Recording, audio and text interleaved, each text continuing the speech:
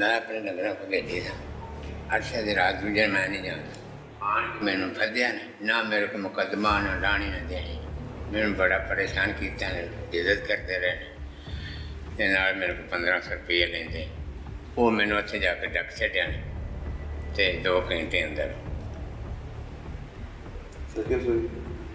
Police ਵਾਲਿਆਂ ਨੇ ਕਿਹਾ चौकी हाँ जी हाँ जी ਸਰ ਜੀ ਤੁਸੀਂ ਕਹਿ ਰਹੇ ਸੀ ਨਾ ਪੁਲਿਸ ਵਾਲੇ ਇਹਨਾਂ ਨੇ ਪੈਸੇ ਕਿਉਂ ਦਿੱਤੇ ਇਹਨਾਂ ਨੂੰ ਡੱਕ ਦਿੱਤਾ ਪੈਸੇ ਨਹੀਂ ਦਿੱਤੇ ਤੇ ਜਿਹੜੇ ਦੇਣਗੇ ਉਹਨਾਂ ਛੱਡ ਦੇਣਗੇ ਨਹੀਂ ਦੇਣਗੇ ਉਹਨੂੰ ਡੱਕ ਦੇਣਗੇ देखें जीरो टॉलरेंस है ठीक है और वायलेशन ऑफ एनी लॉ। तो इस केस में अभी आप देखें मेरा पॉइंट पहले भी यही था, मेरा पॉइंट अभी भी ये है कि ये कंप्लेनेंट आए हैं ये मुनव्वर हुसैन साहब, इनकी बात मैंने सुन ली। अब क्या ये अपॉर्चुनिटी ऑफ बीइंग हर्ड जो है वो दूसरे फ्री को प्रोवाइड नहीं होनी चाहिए कि भाई आप आए आप हमें अपनी बात तो बताएं कि ये जो आप पे एलिगेशन रेज हो रहा है इसमें किस हद तक सच्चाई है किस हद तक सच्चाई नहीं है जो है। सो हमें इन्होंने क्यों हमें इतना को ही टाइम चाहिए जब इन्होंने कि हम उन्होंने मांग लिया हम 1500 रुपया नहीं छोड़ा सर हमें इतना कोई सिर्फ टाइम चाहिए कि ये बुजुर्ग भी आएंगे वो दूसरा फ्रीक भी आएगा, ठीक है, दोनों की आपस में क्रॉस क्वेश्चनिंग हो जाएगी। ये अभी आपके पास वन साइडेड स्टोरी है जो मैं आपको बात एक बार बार आपको रिपीटेडली मैं आपको एक चीज बता रहा हूँ सिर्फ ये आप समझ रहे हैं कि पुलिस वाले बड़े सुलझे हुए हैं। नहीं मैं कभी नहीं मैंने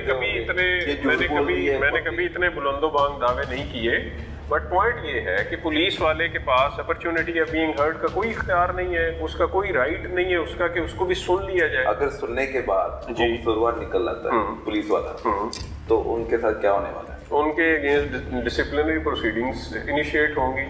किस दफा के तहत पर्चा होगा? नहीं पर्चा नहीं, मैं आपको ये भी होना चाहिए सर जी, भत्ता मांगा जा रहा है। नहीं भत्ता नहीं मांगा जा रहा, ना देने की जरूरत है, भत्ता नहीं मांगा जा रहा है। ये अभी सिर्फ मैं अगेन आपको कह रहा हूँ कि अगर हो जाए भत्ता जो है वो उसको डिफाइन आप हमाद तभी कर सकते हैं जब आप दूसरे फ्री को सुनेंगे, तो मैं तो बगैर सुने आप नहीं कह सकते।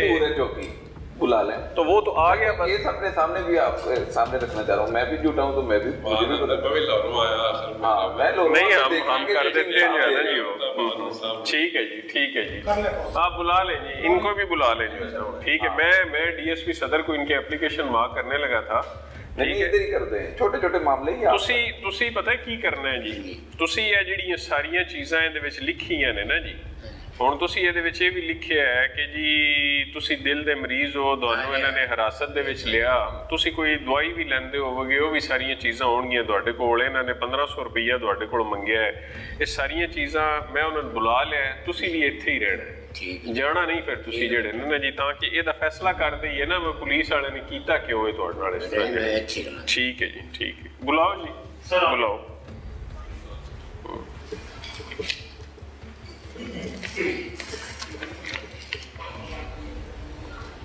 ਤੁਸੀਂ ਪਹਿਲਾਂ ਵੀ ਆਏ ਹੋ ਮੇਰੇ ਕੋਲ?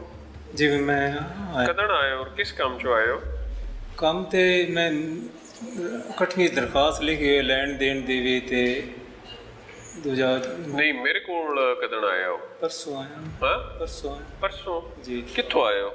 ਗਾਜਰ ਵਾਲੇ ਗਾਜਰ ਇਹ ਕਿਹੜੇ ਥਾਣੇ 'ਚ ਹੁੰਦਾ ਹੈ?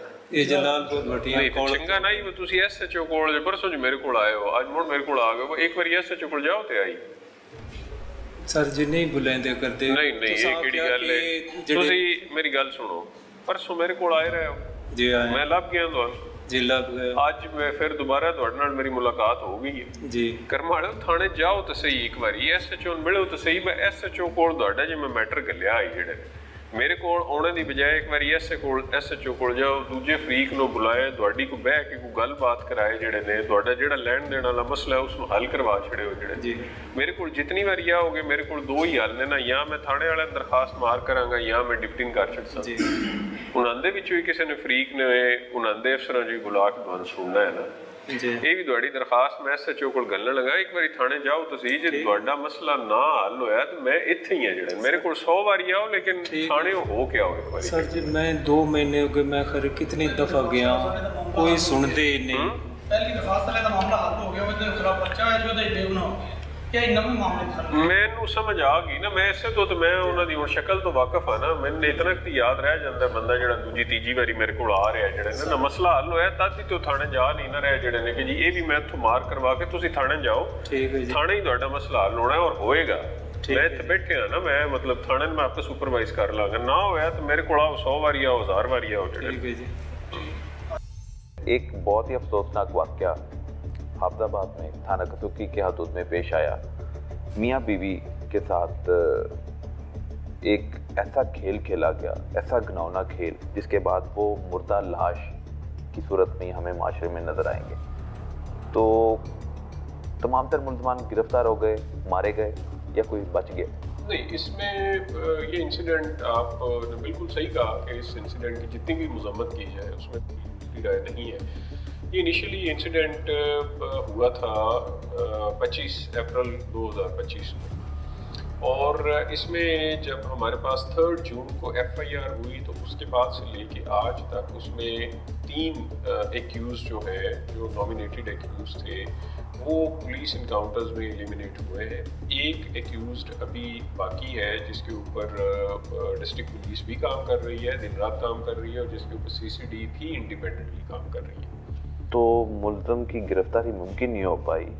मुल्ज़म इतना चालाक है कि वो पुलिस को चकमा देकर फरार होने में कामयाब हो गया, रूपोश हो गया, कहीं छुप गया है। और एक ऐसा ख़तरनाक मुल्ज़िम जो मियाँ बीवी के सामने मियाँ की बीवी को रेप करता है, इज्तिमाई ज़्यादती करते हैं बल्कि, और फिर उनको भी मुबाशरत के लिए मजबूर किया जाता है, और वो एक वीडियो भी बना लेते हैं। तो वो माशरे में जो जिंदा है वो किसी और को भी नुकसान पहुंचा सकता है। एक तो आप क्वेश्चन बड़ा रेलिवेंट है, इसमें मैं एक चीज़ आपको ज़रूर ऐड ऑन करना चाहूँगा। इसमें जो चारों एक्यूज थे, चारों एक्यूज को मैं इक्वली रिस्पॉन्सिबल समझता हूँ। इसमें अगर आप मुझे ये क्वेश्चन करेंगे जी मास्टरमाइंड कौन है, तो शायद मेरे पास उस चीज़ का कोई जवाब नहीं होगा। उसकी रीज़न है, उसकी रीज़न ये है कि at the time of incident चारों एक्यूज वहाँ पे मौजूद थे। At the time of incident चारों एक्यूज उन्होंने इस कपल को हरास किया, उन्होंने अनफॉर्चुनेटली सेक्सुअल जो है वो इंटरेक्शन इनके साथ कमिट किया, इन्होंने इनकी फिल्मिंग की। तो आप अगर मुझे ये कहेंगे जी मुझे डिफरेंशिएट करके दे देंगे जी इसका क्या रोल है, इसका क्या रोल है, मैं पर्सनली ये समझता हूँ कि चारों के चारों 100% गिल्टी है। उसमें से जैसे मैंने पहले कहा कि 3 जो है वो उस केस की हद तक वो 3 जो है वो पुलिस इनकाउंटर्स में एलिमिनेट हो चुके। एक जो है वो उसके लिए जितनी बेस्ट पॉसिबल एफर्ट्स हैं जी वो चल रही हैं, और उसमें मैं पर्सनली ये समझता हूँ कि CCD अपनी जगह के ऊपर बहुत जेन्युइन एफर्ट्स कर रही है, डिस्ट्रिक्ट पुलिस भी अपनी जगह के ऊपर एफर्ट्स कर रही है। जो जो चीज़ें हमारे पास सामने आती हैं इंटेलिजेंस के हवाले से, टेक्निकली कुछ चीज़ हमारे सामने आती है, तो वो उस पे किसी किस्म का ना कोई डिले है और ना ही हमें ये केस भूला है। इसमें हमारी पूरी कोशिश है कि इसको हम लोग 100% इस केस को हम लोग वर्कआउट करें। सर, जो चौथा मुल्ज़िम अभी तक पुलिस की गिरफ्त में नहीं आया, उसका नाम क्या है? इकराम नाम है उसका, इकराम मांगट जी आई थिंक। तो क्या वो मुल्क से बाहर तो नहीं चला गया? मेरे पास जो अभी तक की इंफॉर्मेशन है वो कोई इस तरह की इंफॉर्मेशन नहीं है, बिकॉज मैंने आपको बताया ना कि क्या उसका पासपोर्ट आपके पास है? जो उसका ट्रैवल डॉक्यूमेंट है जी वो हमारे पास है। तो वो अगर आपके पास है तो बाहर नहीं जा सकता? वो ट्रैवल डॉक्यूमेंट जो ओरिजिनल उसका पासपोर्ट है वो मैंने आपको जैसे बताया ना कि इससे भी आप ये एक अंदाज़ा लगा सकते हैं कि किस हद तक पुलिस एफर्ट्स कर रही है कि हम लोग जो एक्यूज्ड रह गया है हमारे पास अभी येट टू बी अरेस्टेड वाला,